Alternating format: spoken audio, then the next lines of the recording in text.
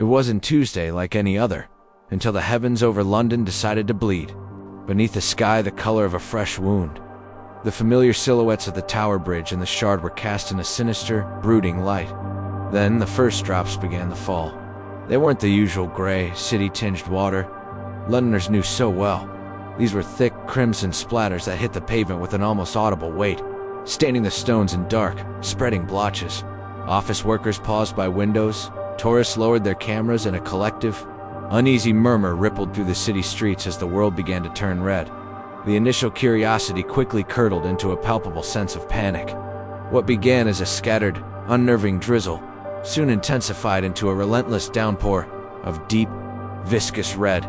The crimson deluge sheeted down the glass facades of Canary Wharf and ran in thick rivulets along the historic gutters of Whitehall. Umbrellas, suddenly useless against the sheer volume and strange nature of the rain, were abandoned as people scrambled for shelter under awnings and in the entrances to tube stations.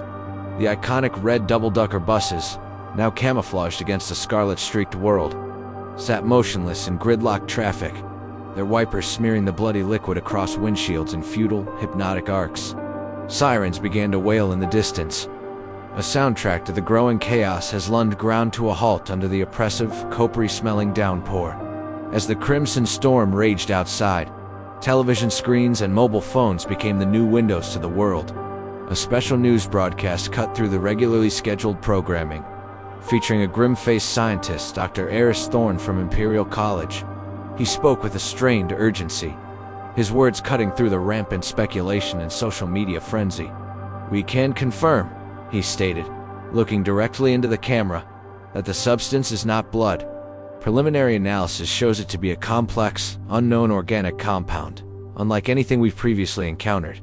His explanation offered a sliver of relief, but replaced it with a deeper, more profound unease.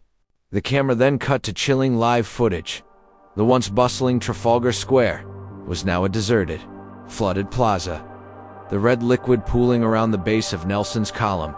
Only the flashing blue and red lights of emergency vehicles, manned by figures in full hazmat suits, sliced through the eerily silent, red-washed landscape. As dawn broke, the unnatural storm finally ceased. The oppressive, dark red clouds began to part, allowing the first rays of a hesitant sun to pierce through. The light revealed a city transformed. From the highest vantage point, London was a breathtaking, terrifying spectacle. Every street, every rooftop, every park was saturated in a uniform shade of crimson. The Thames, usually a murky brown, now flowed like a vast, slow-moving artery through the heart of the city. The silence was profound, broken only by the distant drip of red water from a million surfaces. The rain was gone, but it left behind a world dipped in scarlet, and a chilling, unanswered question hanging in the air. What was it? And would it happen again?